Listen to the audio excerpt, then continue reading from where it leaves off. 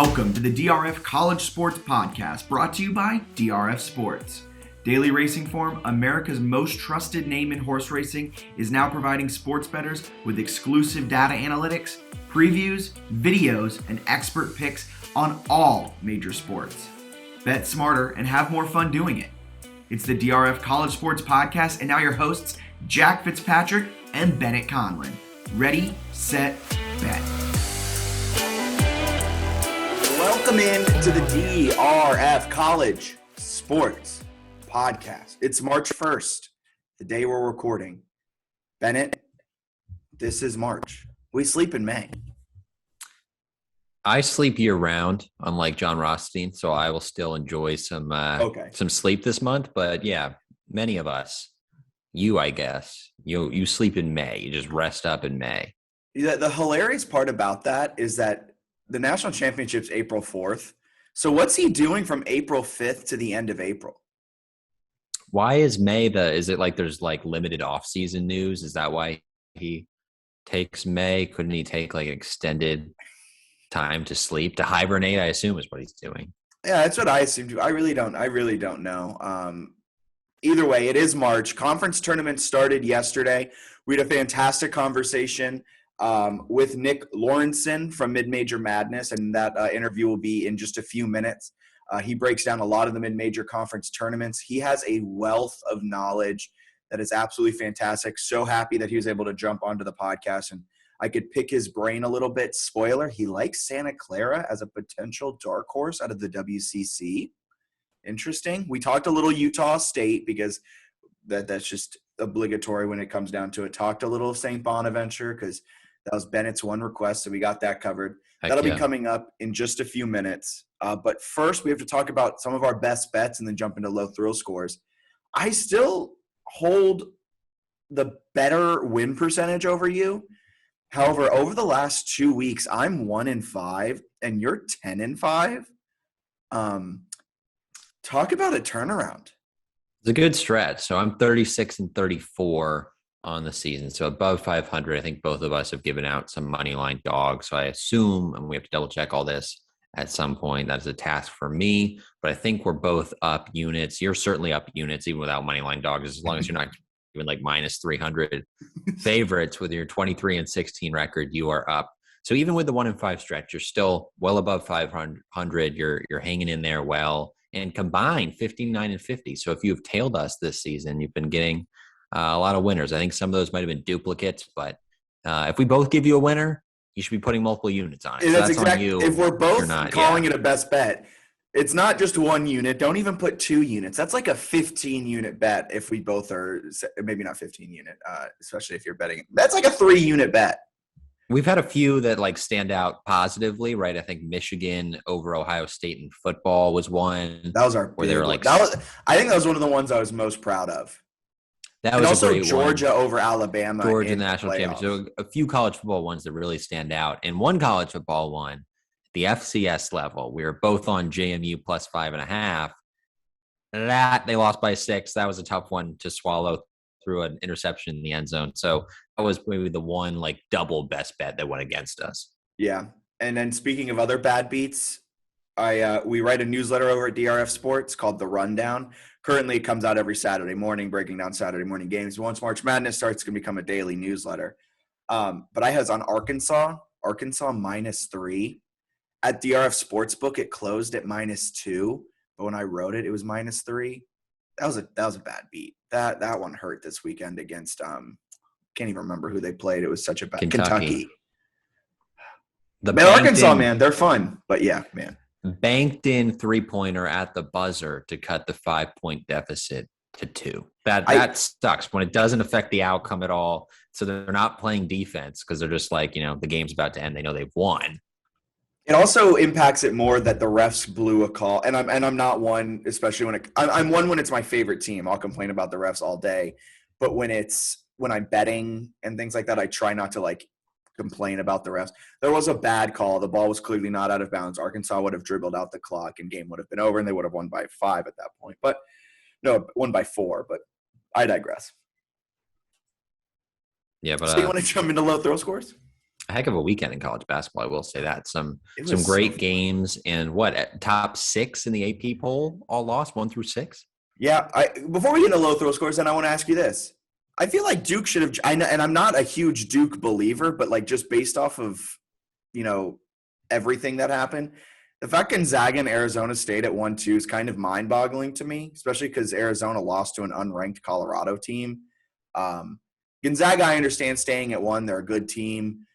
Granted, Duke does have the head-to-head over them, but they lost to a ranked St. Mary's team that hasn't lost at home all season. But do you think Duke should have jumped from 7 to first? I don't know about that. Like, I understand Gonzaga staying at 1. I thought there was a case for Duke at 1 because they do have that head-to-head win. I think it was a neutral site, too, over Gonzaga. I think it's interesting, too, because, like, the ACC and the WCC, maybe not that different this year in terms of Honestly, quality the of competition. WCC, not to interrupt you, but I think the WCC could get 5 teams in. The Which, ACC will struggle to get 4. yeah, the ACC, especially with some of, like, Florida State taking down Virginia. Virginia probably needs to win the conference tournament. Virginia Tech's on the bubble. Miami hasn't looked good. North Carolina looks like they'll get in, but their resume sucks. Like, their best win is Michigan, probably. And Michigan doesn't look like a And they're not a tournament team. tournament team. So that's kind of fascinating. The one that stands out to me was Arizona staying at 2 in the AP poll after losing by 16 to Colorado. Kind of felt like maybe Duke could at least gotten to number 2. I think they're, are they 4th? Something like that. So Baylor got to 3, I think. So I guess that makes sense. They're playing well. But Arizona has a sneaky average resume. I think they're very good.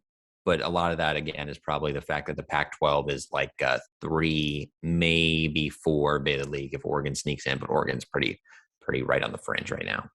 Yeah, I also think another team that it's in the conversation right now for national title contender, and it's a team I've been high on for a lot of this season. But looking at their advanced stats and looking at KenPom, I think Purdue is kind of a fraud team. I think they're another team that might be a huge letdown, maybe not round of 64 letdown, but because they'll probably be at a top 1 or 2 seed. But a round of 32 letdown is not out of the question for the Boilermakers. They have one of the worst offenses of all. I think they have the worst defenses, They have one of the worst defenses of all national title contenders.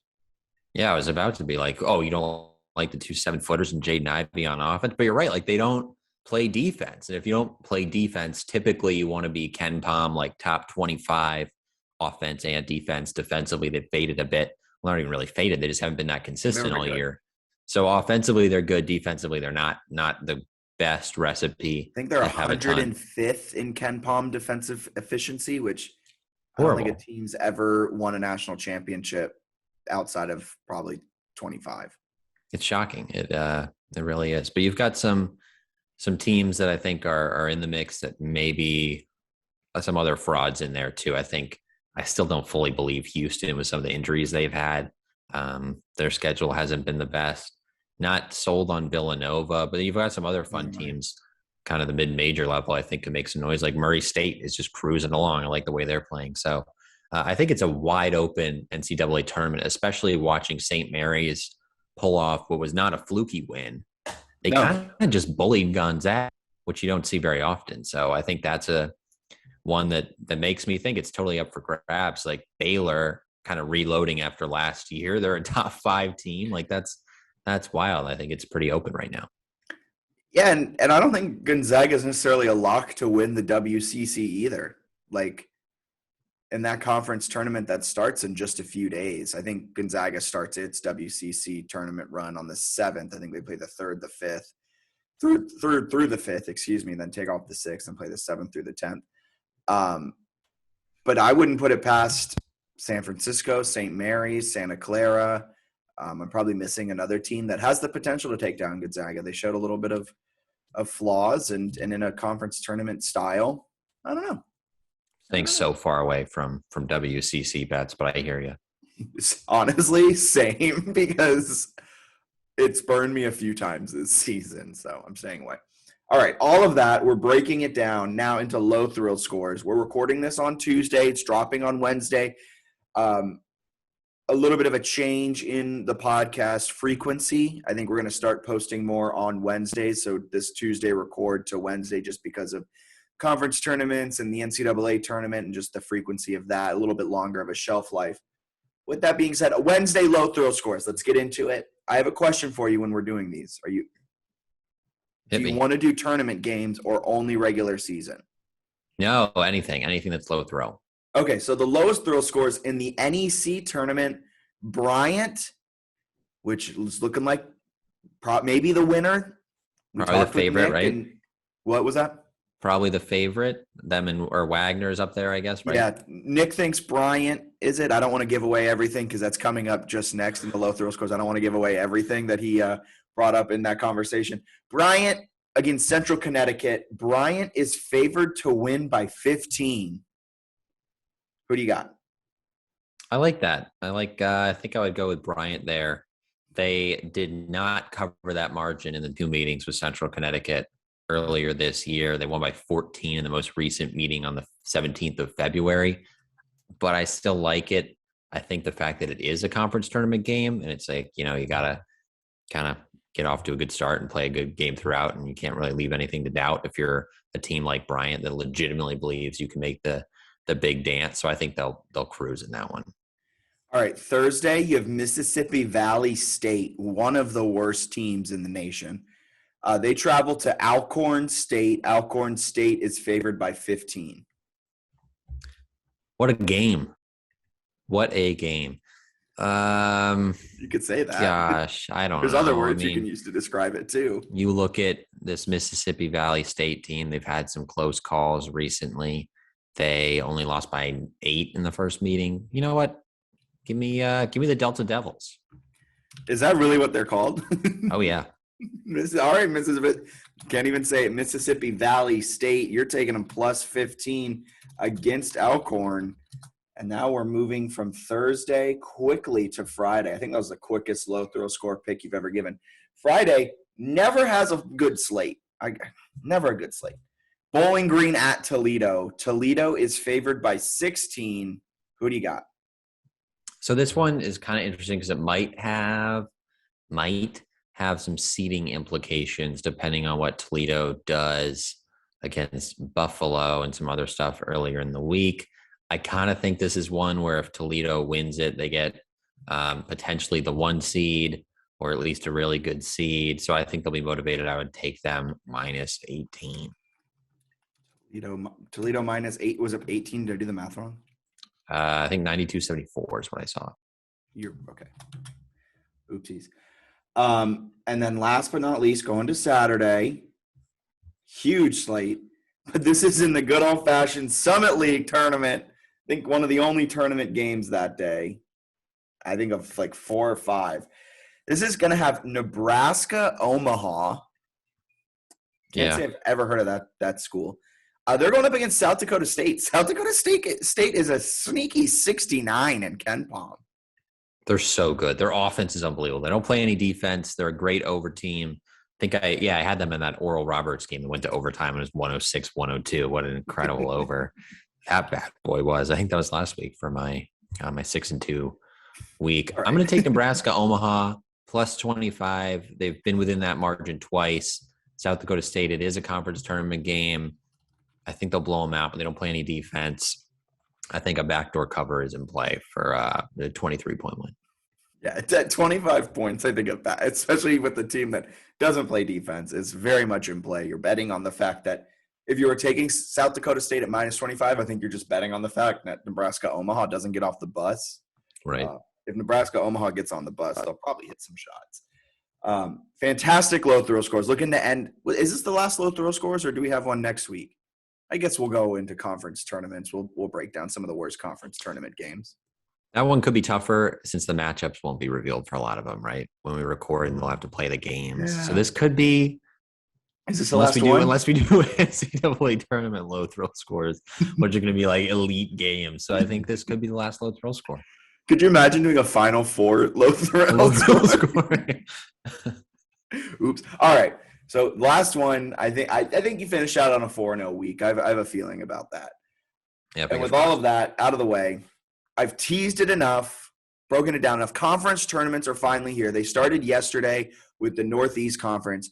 Today, Missouri Valley gets underway, and a few others get underway throughout this week, especially the mid-majors. Yep. So we thought it would be time to bring on Mid-Major Madness, Nick Lorensen, who is a writer for them, runs their Twitter, does everything like that for Mid-Major Madness. It's an SB Nation blog where, as you guessed it from the name, they cover anything and everything mid-major. And Nick has a wealth of name knowledge, of just insane stats. So take it away, Nick, and you guys enjoy the interview.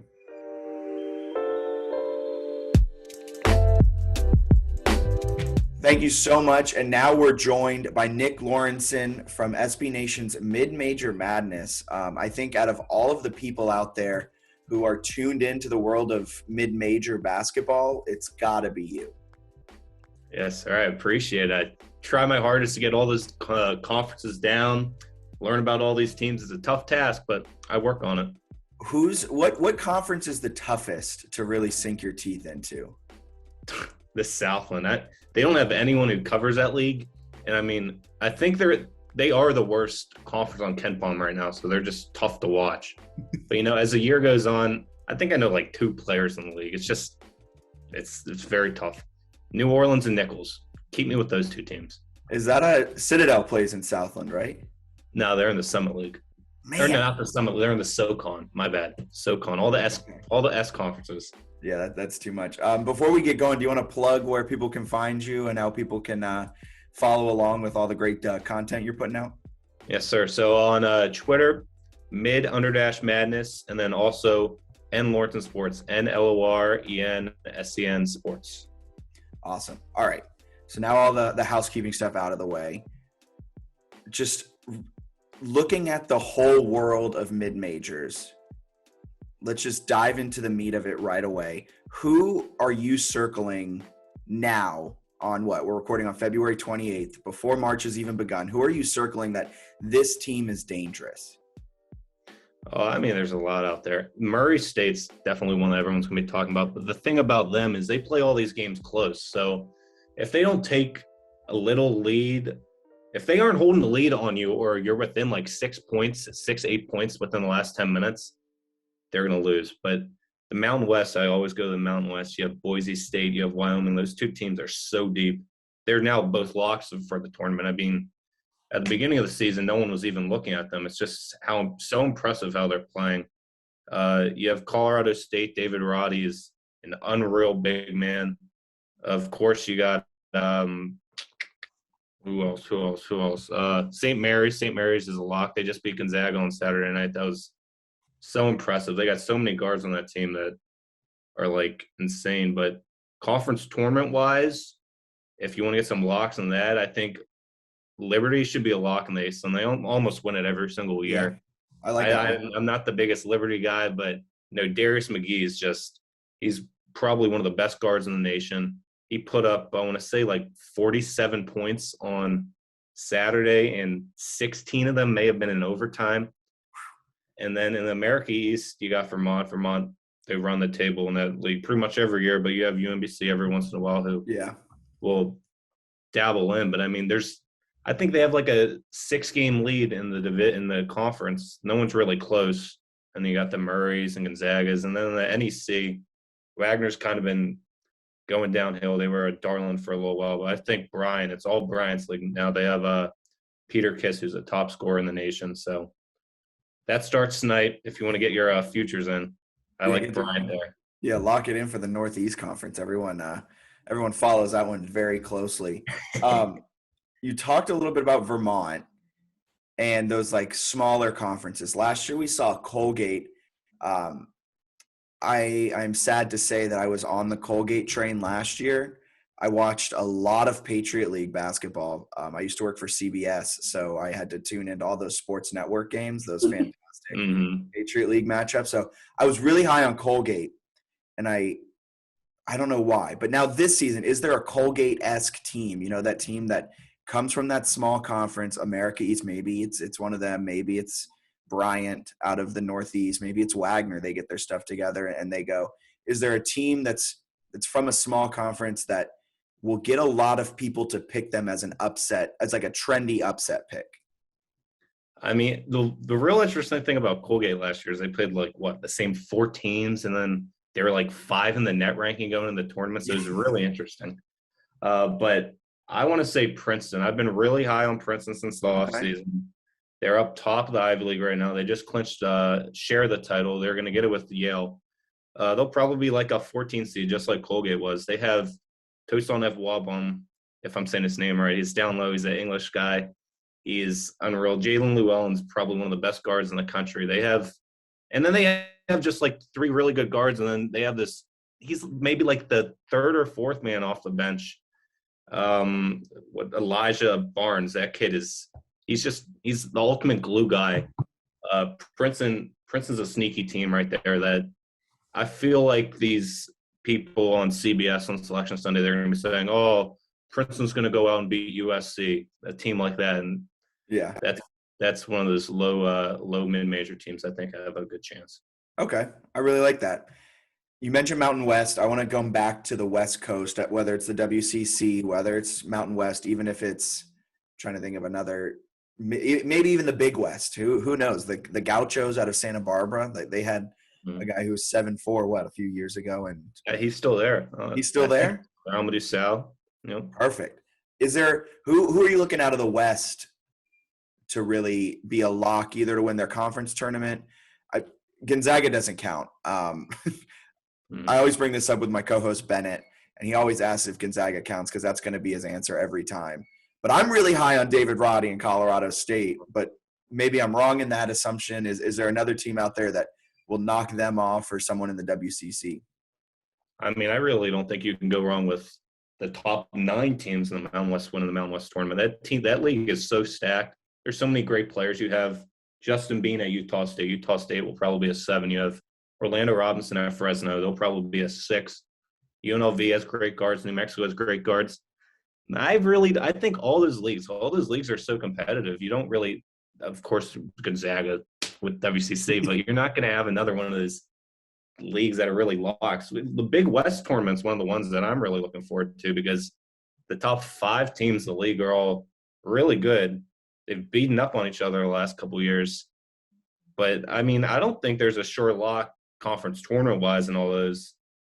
Even in the WAC, where, it's usually New Mexico State every year, they've added all these old Southland teams, Sam Houston State, Stephen F. Austin, Abilene Christian. And then you have, Seattle, who's really rose, and Grand Canyon's always been up there, and Utah Valley is starting to play really well. So what would usually be just a breeze to the finals is not a breeze anymore. So I think out of all the conferences, all the ones out west are really open game. Yeah, I'm really looking forward to all of those. And all of those names you just listed in the WAC, I think 4 of those have been trendy upsets as of late, whether it's Grand Canyon, Abilene Christian, probably a few others that I'm forgetting. Yeah. You mentioned Utah State, and I had a question written down before we started this podcast about Utah State specifically. Mm-hmm. They're a team to me that can win a game or 2 in the tournament, but they have to win their conference tournament at this point. Is there any other team out there that is a dangerous team, but they may have had a couple rough stretches? They're on the last 4 out or the next 4 out, so they really need to win their conference tournament. Probably a lot of A-10 teams. But then once they get into the tournament, they may be able to pull off a win or 2. Yeah, I mean, both BYU and the Bonnies are there. BYU, I don't know how they keep sticking around in the bubble. They lost Pacific a couple weeks, and they just keep sticking around. They're beating all these bottom-tier WCC teams that are staying up there. But, I mean, Alex Barcello is an insane guy, an insane player. So if he makes the tournament, they could make a trip the second weekend. The Bonnies, they have those 5 guys. They were all Ironmen. They played the whole game.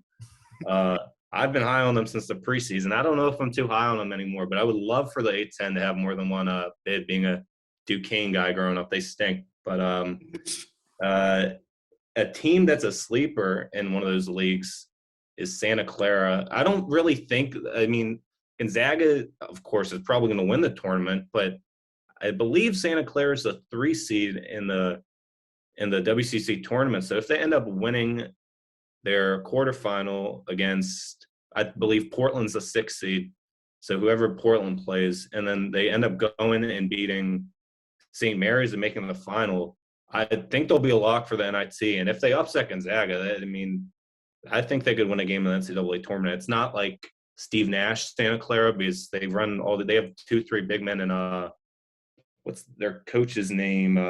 He was at NC State. I can't think of his name, but he's an amazing coach. They're one of those teams that are sneaky team over there. Yeah, I was gonna say if you could pull that name out, I'd be very impressed with all the names you've thrown out here throughout. I now want to veer the conversation a little bit to Providence, if you're okay with me steering the ship over to the Friars, because quickly I just want to get your take. They're one of the luckiest teams in the country, or I probably shouldn't say one of the luckiest. According to Ken Palm, the luckiest team in the country, and they're now bracketology looking at about a 2 seed. What are you expecting out of the Friars?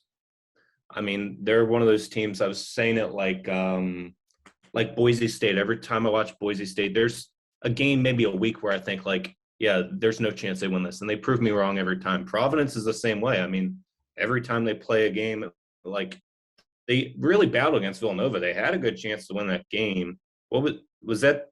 What was the one where they went into triple overtime? It was Xavier. They came back just recently, yeah. Yeah, and they came back and fought by that. I mean,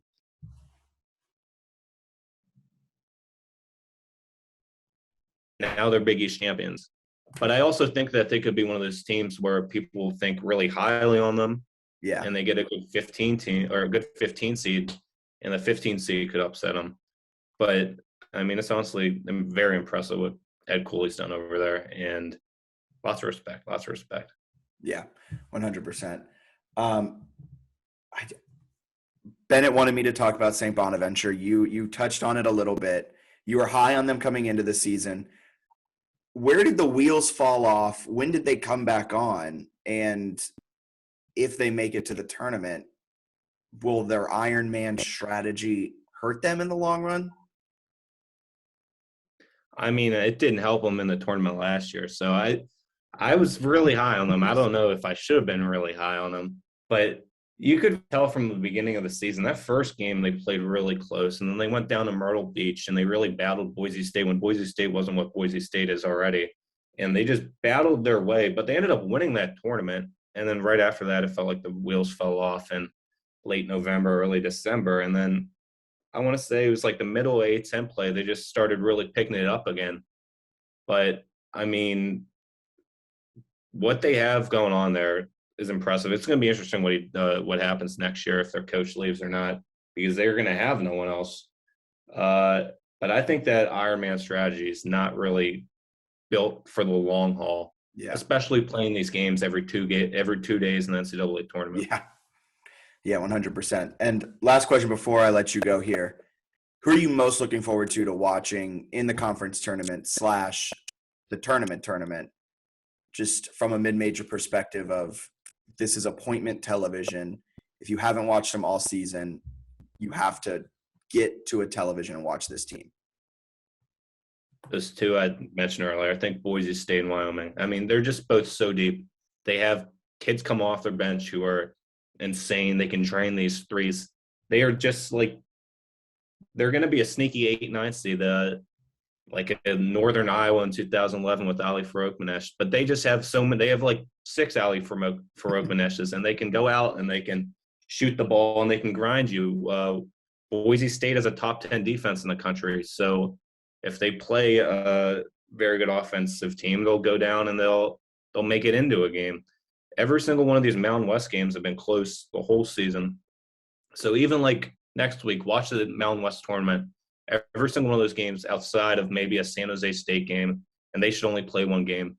They will be close games, and they're fun to watch.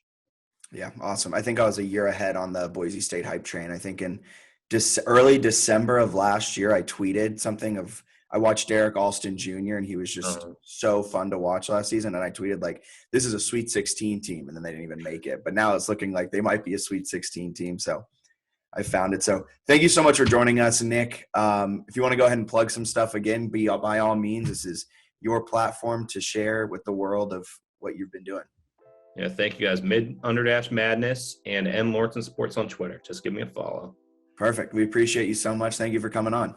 Thank you.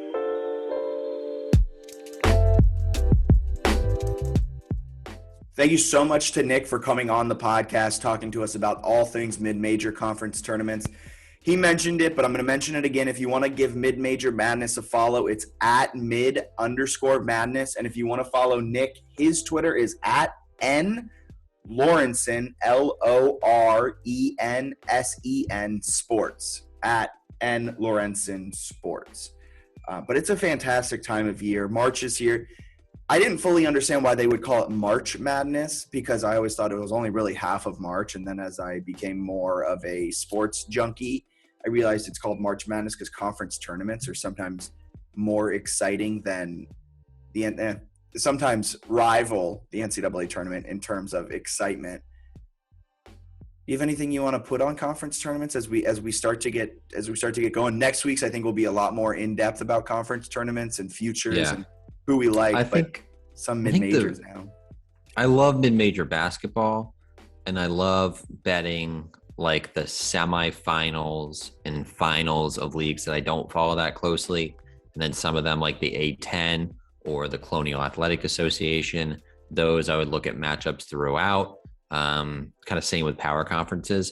But it's really hard when you're looking at teams that are like both 250 or worse in Ken Palm and these like early conference tournament matchups. Awesome to watch. But once you get like to those two good teams playing for an NCAA bid, that's kind of when I like to come in and watch the games, first of all, but then also bet on the games as well. So not a ton of like early analysis for me, but there are certainly some that I'm watching because a lot of these leagues, as one bid leagues, gets pretty exciting, especially for some of the underdogs that are just trying to keep their season alive.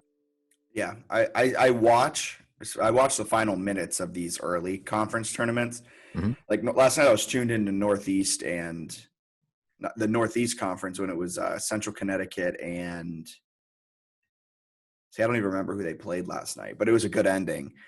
But I generally stay away from these smaller bad conferences early on because they're so volatile. Like last year, JMU was clearly the best team in the CAA, and then Elon, one of the worst teams in the CAA, knocked them off and then went on a run to the title game and then lost to Drexel, I think, won. Yeah. And that was hard to kind of handicap too, because if you don't follow it closely, you might not have known that JMU's best player, Matt Lewis, was sidelined for the year. Like there's a lot of stuff there. And going to your point, Central Connecticut State beat Fairleigh Dickinson by a point.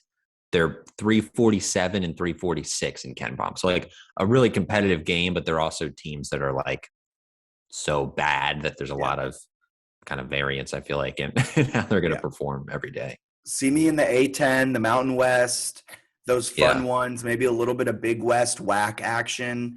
Nick broke down the WAC really well, and I forgot that the WAC has so many teams that have gone on to be not Cinderellas, but upset makers in March Madness, like Grand Canyon, like Abilene Christian.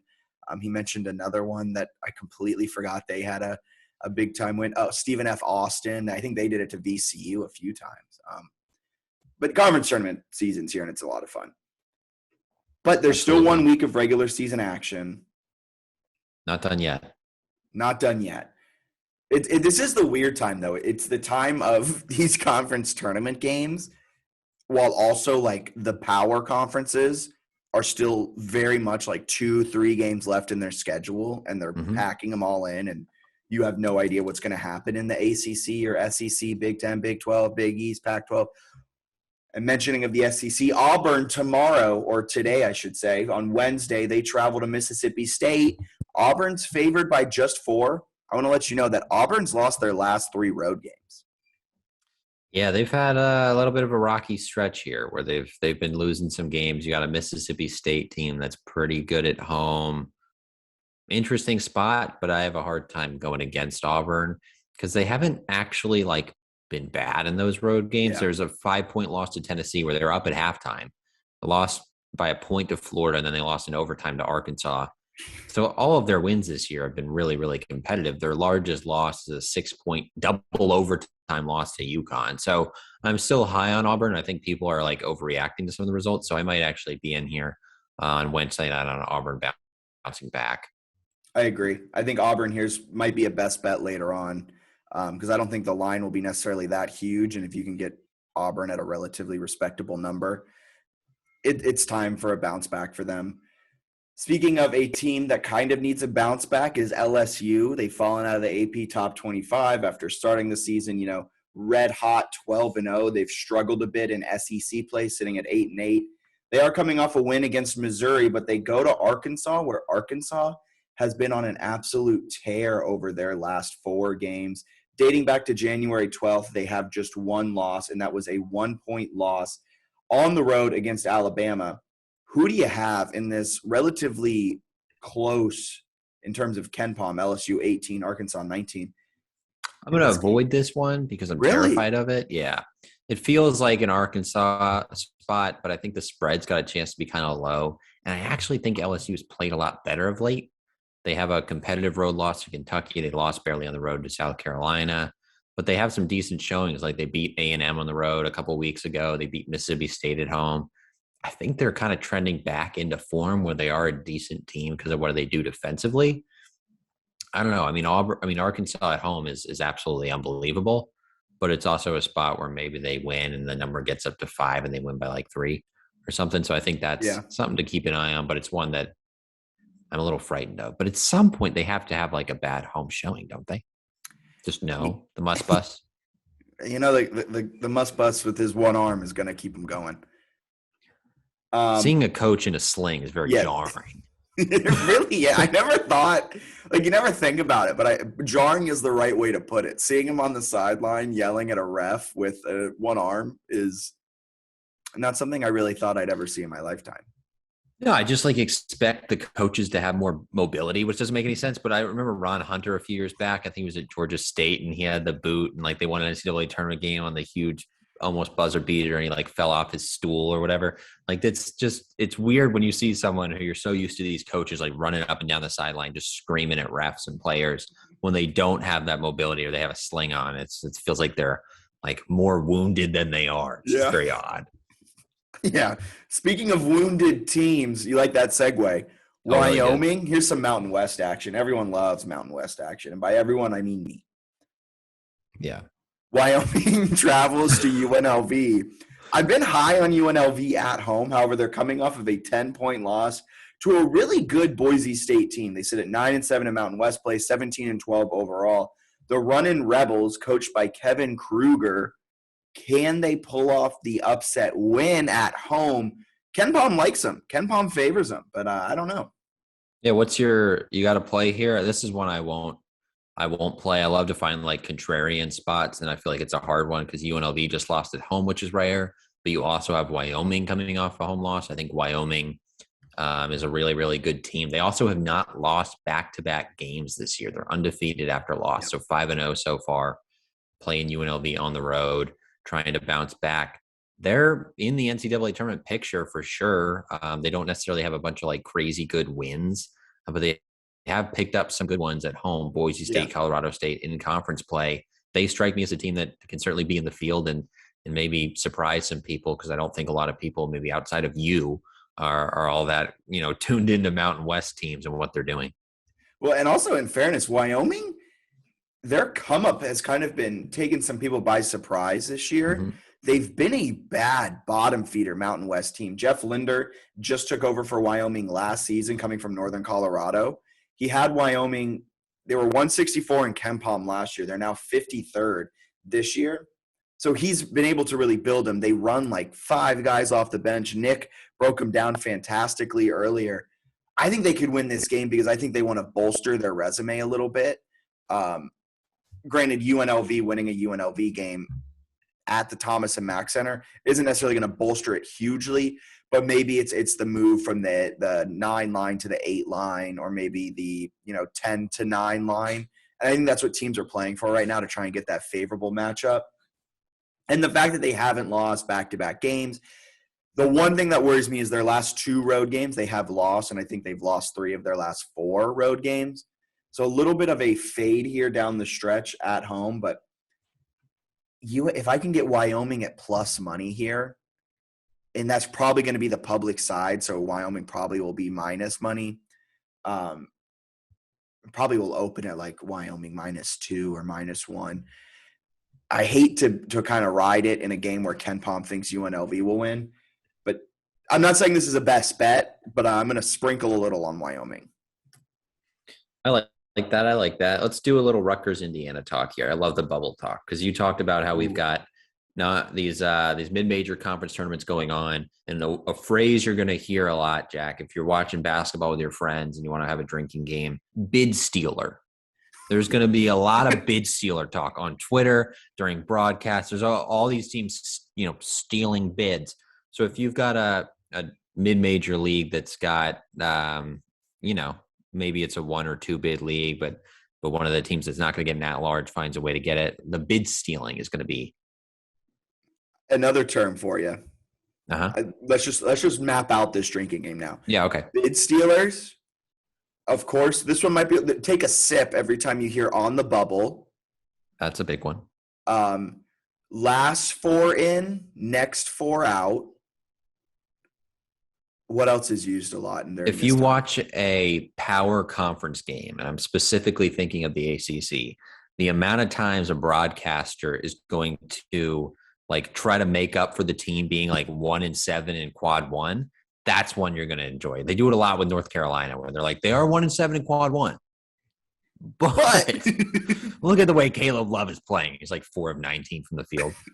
They are 1-7 in quad 1, but those 7 losses are so much better than Richmond's 4 wins in quad 2. It just doesn't make any sense. But the bubble talk's hilarious. Bid stealer cracks me up when you've got some of these conferences that are probably maybe multiple bid. So Mountain West is one I feel like it comes up sometimes where a team will win a couple games, maybe an upset, and they're could be a bid stealer. So those will be interesting. But the reason I bring it up is because they will mention it during an Indiana Rutgers game with these 2 power conference bubble teams that they're not winning the Big Ten tournament. Realistically, that's not going to happen. Yeah. So they're trying to bolster their resume now. And there's this idea that you don't want any bid stealers, even though every year there's going to be a bid stealer because that's just how college basketball works. So it's fascinating. But Indiana Rutgers, it's at Indiana. Kind of feels like an Indiana spot. I think Rutgers is losing its steam. Yeah, remember when Rutgers won against Michigan State, Ohio State, Wisconsin, Illinois in back-to-back games? Their resume all of a sudden was bolstered hugely. Granted, only one of those were on the road, but all of a sudden they have all these ranked wins, and it looks like they're going to forge their way into March Madness and be a kind of a sneaky good team. And then they lose by double digits to Purdue. They lose by 9 to Michigan, and then they lose by 5 to Wisconsin. And now you're sitting here and you could easily lose your last 2 of the season. It's just it's a tough scene for Rutgers, and it's the curse of the Big Ten, where you're going to have a ton of opportunities, but at the same time they had all those wins, and then you look at the rest of their schedule and you're oh God, they got to keep it going or they're dead. You also look at it. Indiana had the same thing. They had a great non-con, and they started Big Ten play fantastically. Everyone's Mike Woodson's turned this program around. They're going to be a solid 5 or 4 seed and come tournament time. And now they're sitting at 42nd in KenPom and they had that 5-game losing streak. They've kind of turned the corner here, but they're the other team they both have experienced the curse of the Big Ten. I think if they can get by Rutgers at home, 19-10, some decent wins on there. You look at Purdue, Ohio State, Notre Dame, which is way up in the ACC. I think that should be enough for them, given how weak the bubble is. So keeping an eye on them. And Rutgers, interestingly enough, kind of doomed itself. I think we've said this before in the non-conference play. You can't lose to DePaul, Lafayette, and UMass in a 3-game span and then have to play a Big Ten schedule when you're an average team and get out of there alive. So screwed themselves a little bit, but I'm fascinated by these end of season conference bubble games. I think those are fun to bet. Yeah. I'm looking at some of the bubble talk. Andy Katz, I don't know where he ranks in your bracketology, top 50. I don't know where he ranks. Usually it's the ones national guys like Andy Katz that have to put him out, and part of that is to get some traction and engagement. Yeah. Same with ESPN where they're not quite as accurate, but none of them are missing 7 teams. It's not he puts Rutgers as the number 1 intriguing bubble team right now. Says if they can win one of their final 2, I don't know. It says if they can win 1, they might be in. If they can win both, they're probably in. So interesting for Rutgers. who's probably playing for a little bit more than Indiana. But I think both of them are squarely on the bubble right now. Yeah, I'm not totally sold on Rutgers where if they do that. But at the same time, like Rutgers with all those quad one wins compared to North Carolina, which like loses literally every time it plays a good team. I would be fine with Rutgers over North Carolina. I'm not saying that's the comparison. Don't think it is, but yeah, something to consider is that those wins carry a lot of weight. Yeah. Any other game you wanna break down on this Wednesday? Not much there for me. As of right now, both Indiana and Rutgers, according to Joe Lunardi, are the last two in. That makes it a fun game. That makes it so. This game has so much implication. Both of their remaining two games have so much like riding on them for both sides. That's a lot of bubble value. So moving from there, we're going to go to a little bit more bubble talk. This one only has bubble talk on one side of it. This is for Thursday, March 3rd. Iowa at Michigan. You were really high on the Wolverines, and you were really wrong. Not to like gloat or anything, but don't fade Kofi Coburn and Brad Underwood right now. Just don't fade the Fighting Illini until the round of 32 when they face off with Loyola Chicago somehow, some way, yet again. Oh, I didn't take a breath during that whole thing. Michigan, on the other hand, they're not the last four in, but they're the next four in. So they're the last four buys as of right now, according to Joe Lunardi. If they lose this game. When was the last time this man updated? Today. That's wild. What are they, 15 and 12 in their last four buys? Yeah, I don't agree with it. I think Michigan should crazy. be out. I don't think Michigan's making it. Michigan has 3 more games. They play Michigan State the day we're recording. If they lose that, I think they're 100% out. But their key is they have big time quadrant 1 games against Iowa, against Ohio State, or if they can win 2 of the remaining 3, they're probably in. It's going to be tough. But Iowa at Michigan on this Thursday, who do you have and why? So posting on Wednesday, Michigan plays Michigan State on Tuesday. Already took Michigan in that game. Yeah, you've took Michigan for the rest of the way, right? I'm riding them. I think I might fade them at Ohio State, but I'm riding them against Michigan State and Thursday against Iowa. I think they're going to make the tournament. I think they are going to take advantage of these home games. I think Michigan State and Iowa are better matchups than Illinois. Maybe a hot take. I think Illinois is the only team from the Big Ten that I could see winning the national title.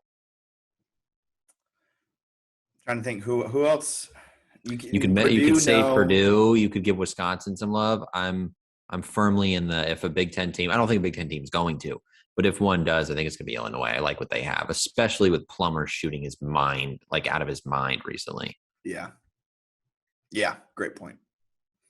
So anyway, I'm on Michigan Thursday.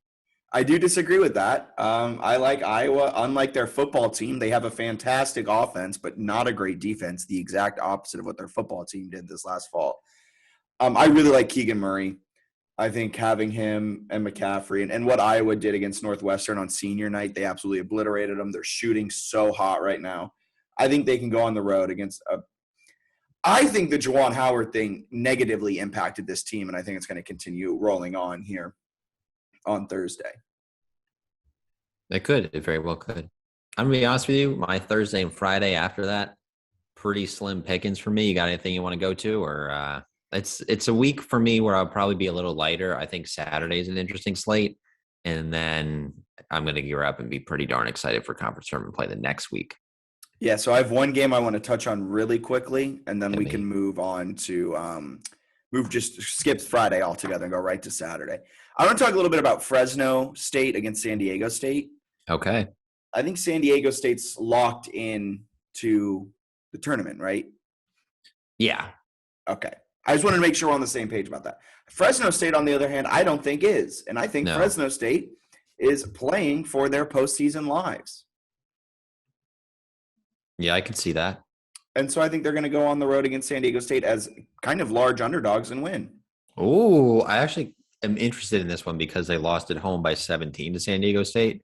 So I think it's kind of a contrarian play. I think there's going to be the public's probably going to be all over San Diego State. So definitely interested in a bounce back spot. And I think a good point there where Fresno State's probably a little desperate. I think this is the time of season, and I did this with JMU last week in my best bets, and it blew up completely in my face. But I do think it is I do think it's a very valid way to kind of look at games right now. It's who's playing for what. Is Team X playing for their postseason lives, and is Team Y locked in? Because I think that changes a lot of things. You do it a lot with the NFL near the end of the season too. But I think that Really might be a agree. best bet. Maybe. We'll see. Saturday? Saturday's got a decent slate. It's hard to compete with last weekend. Last weekend was just awesome. Like it was so good. So hard to compete there. Alabama, LSU, typically a great football rivalry. It's kind of a fascinating one. Alabama's been playing a little better of late. Got some things going. Some of that is the schedule, but they've got a good resume. Offensively, they're really good. LSU is really good defensively. So a fun game. I don't know that I have a huge lean either way. Do you feel strongly on this one? I think it's going to be a really fun game. If I'm leaning one way or the other, I'm leaning Alabama. Okay. I just don't like LSU. I don't trust them. I think that's fair. I'm also fascinated with in the SEC, Tennessee, and Arkansas. Is this because of your future? My future is actually weirdly close in terms of I bet Tennessee. I've got a lot of Tennessee futures. So the SEC winner, the best they can That's get dead. there is like a tie. So I think that's probably dead, especially with Auburn's remaining schedule. But I have them Final Four. That's such a bold. What'd you get that on? Like plus 1,300? It was something like that. It was pretty high up there. I bet it in December. I think it was after they had lost to Texas Tech in that ugly game. Or no, it was actually before. It was before. So I should have waited like 5 hours from when I bet it. But I still really like that team. But I think if the spread is actually 7, that feels a little high to me. Are you going Arkansas then if it's 7? It does feel high. That feels fishy. So I might go the other way. I'm not going to make it a best bet because it feels fishy. But I would consider going with Tennessee there if the line is that high, because Arkansas, if they're a public dog, then I love me some Tennessee. I like it. Another game I have circled for Saturday. You ready for this? Yes. Boise State, Colorado State. Mountain West psychopath. Don't you just love the Mountain West? Doesn't it get your heart pumping? That's something. I'll say that. It's a pretty good game. Do you think Boise State can win that one on the road? I think they can, but I don't think they will. Like, I think Colorado State -3 is right on the money. Boise State, they have some fantastic players. Nick talked about it earlier in that interview. They, like Wyoming, run a lot of guys. It's like 5 guys coming off the bench, something ridiculous like that. But I really like Colorado State because of David Roddy. And I don't know if Boise State has anyone to match up well enough with him. And at home, Fort Collins is a really tough place to play. They only have 1 home loss this season, and it was against UNLV, which is a little bit of a head-scratcher. Earlier in the season, Colorado State went to Boise State and won on the road by 3 in OT. I'll be interested to see how Boise State does when avenging losses from earlier in the season. That'll be found on drf.com/sports. You can find out all the most recent betting trends. You can find all of the overall season-long trends that each team has. So it'll be interesting to see how Boise State bounces back against teams that they've lost to. But if I can get Colorado State -3, I wouldn't even be surprised, though, if the line favors Boise. Like, I wouldn't be surprised if Colorado State was plus money because Boise State has the momentum a little bit right now. I don't know. Colorado State, David Roddy at home. You know, they do listen to this the odds makers do listen to this podcast. This podcast has been dubbed the Odds Makers Podcast. But a lot of people are saying that. I would. This is a fascinating game. This one's like one of the better games of the day. CBS Sports Network, baby. I'm probably staying away from it. But the other one that is a top tier matchup, you got Texas, Kansas. I don't think Texas is that good. So I just think Kansas is better. Not that excited. The other one, from a betting perspective, I don't know how interesting it is. From like a viewership perspective, it might be the game of the day. North Carolina at Duke. Duke looks like they're 11-point favorites. Coach K's final game against North Carolina in the regular season. I guess they could still have a conference tournament matchup. But the final official final rivalry game at Cameron, his final home game as the head coach of Duke. So I think that one's going to be a massive game. Part of me wants to take North Carolina.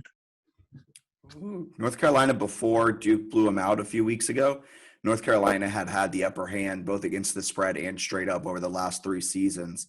So I don't hate that bet. I think there's some value in UNC there, and Duke's kind of been not playing its best basketball as of late. I've been really tough on them. I've been really tough on Paolo Banchero especially. Yeah, they're better than North Carolina, but I don't know. There's a lot of stuff riding on that game where maybe it could make them a little tense. Maybe not, but it's just like there's going to be a lot of pregame hoopla. I think they're said on a broadcast last night, the North Carolina-Syracuse game. They're expecting like 80 former players there in celebration. So like there's going to be a lot of pregame stuff. Yeah. 2 more games I'm not going to really dive into, but for our listeners to really circle and watch maybe with their left eye while they're watching their main TV on the right eye. Davidson at Dayton.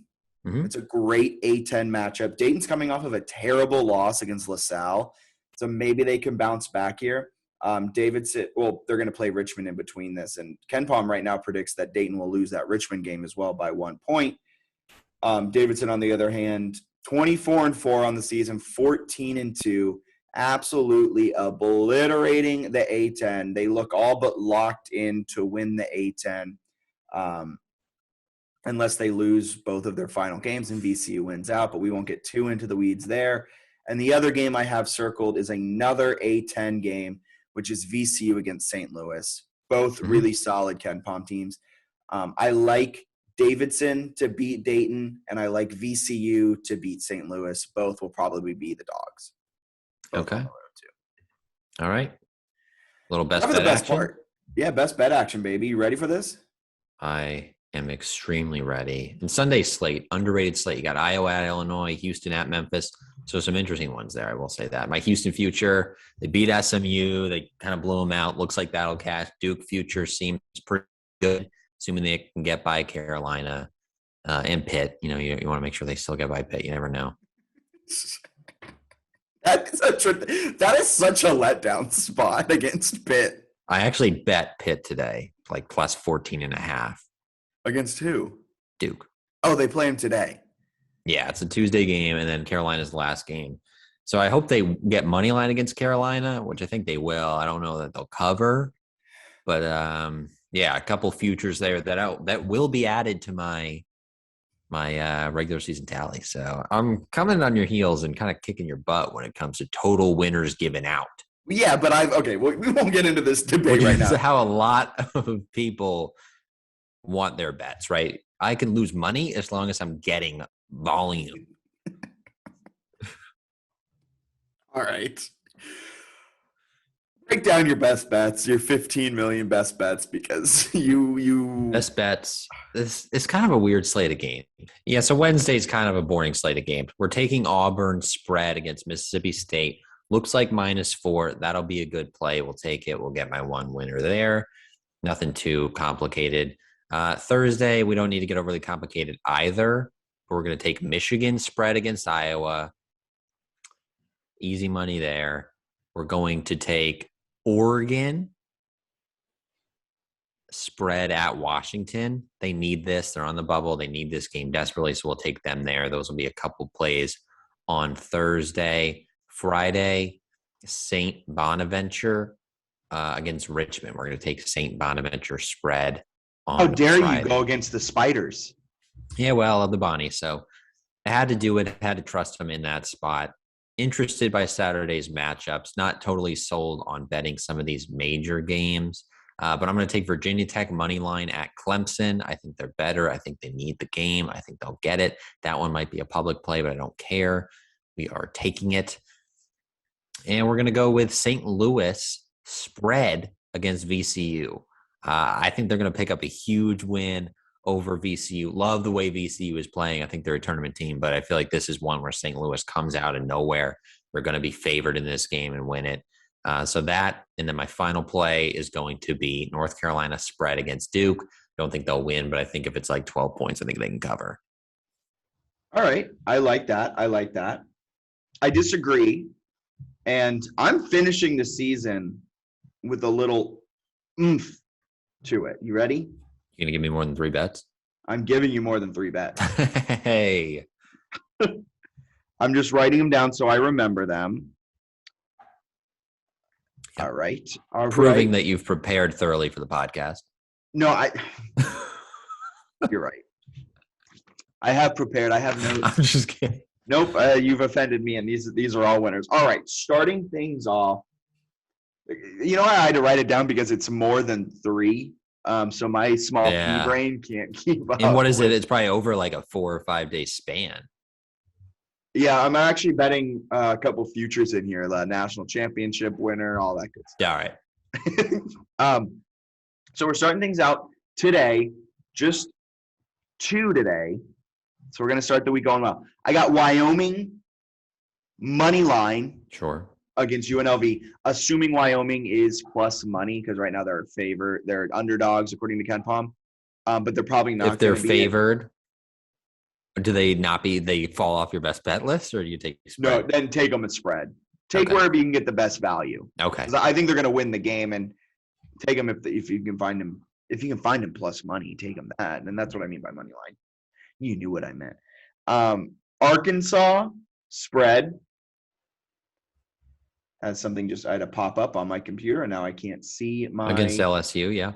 Yeah, against LSU. Thank you for filling that in. This is great podcasting. I like Arkansas to beat LSU there, and that is a best bet of mine by about 3. On Thursday, we're fading you, and we're taking Iowa spread. Disrespectful. I mean, you can make your noises all you want. I'm right. Yeah, we'll see. We'll see. Last time I didn't include Illinois in my best bets, and it bit me. All right, and we got 3 mid-major best bets for Saturday. Give me Colorado State spread. Okay. Give me Davidson money line over Dayton. True. And give me VCU money line, baby, over St. Louis. No chance. No chance. I like that. So we got a decent number of plays from both of us, and excited for the weeks to come. I think next week, I love that like power conference tournament week, and then going into March Madness. I know we're gonna have a ton of podcasts and picks and all that stuff. And I think the main goal for us should not be to blow our combined 9-game above 500 record. Yeah, I think honestly we shelve it going into March Madness. We'll keep it through conference tournament, and then we'll shelve it. We'll put it in a nice plexiglass. And then a new record. And then a new record for March Madness. And just if you've made it this far on the podcast, clearly you enjoy it. So rate us, subscribe, do all of that good stuff wherever you listen to podcasts. But mark your calendars, because the podcast will be coming out every Wednesday throughout March Madness. And then there'll be live streams scattered throughout. So follow us at DRF_sports on Twitter. Or you can check us out on YouTube, DRF Sports on YouTube. And I believe we'll be posting Wednesdays for the real podcast, and then doing live streams. What did I say? Like Saturday morning? Something like, I think Saturday morning was the plan. Saturday mornings breaking down then the Saturday, Sunday game, the Wednesday podcast, we breaking down the Thursday, Friday game. Yeah. It's going to be a fun month. Any plugs, anything you want to add here, Bennett? You can find my work as always at Sports Handle. That's just kind of how it's spelled. I think it's sports_handle for the Twitter account. My personal Twitter account is at Bennett Conlon. You'll see a bunch of stuff there. Virginia people, sad day for you, sad week for you, I guess. Virginia lawmakers are not going to allow people in Virginia to bet on Virginia colleges. So you got to go longer. You got to either go across state lines, or of course, as many people do, they use offshore, an illegal option. So kind of confusing why lawmakers weren't in support of that, but something to consider. And then later this week, we'll have some Arkansas stuff. Looks like Arkansas launching mobile sports betting at the end of this week. So they'll have it for the SEC tournament and March Madness. That's awesome. And if you're in Virginia and are looking to bet on Virginia schools, don't drive south. Drive north. Yep. You got some, or you can go, I guess, West Virginia, D.C., Maryland. Just don't go to North Carolina. That's all I'm saying. Yeah, soon for you. You keep saying it. You might. It. It's kind of the race between that and maybe the MLB lockout. We'll see if we get baseball games or sports betting in North Carolina first. I'm going to put my money on sports betting in North Carolina. Those gosh darn commissioners. They're already canceled. While we were recording, they canceled some games. I guess So it for really Bennett be the Conlon, owners. my name's Jack Fitzpatrick. Thank you guys so much for tuning into the DRF College Sports Podcast. I think we handed out a bunch of winners today. A lot of great insight. And thank you again to Nick Lorensen from SB Nation's Mid-Major Madness for coming on. It was a blast. See you guys next Wednesday.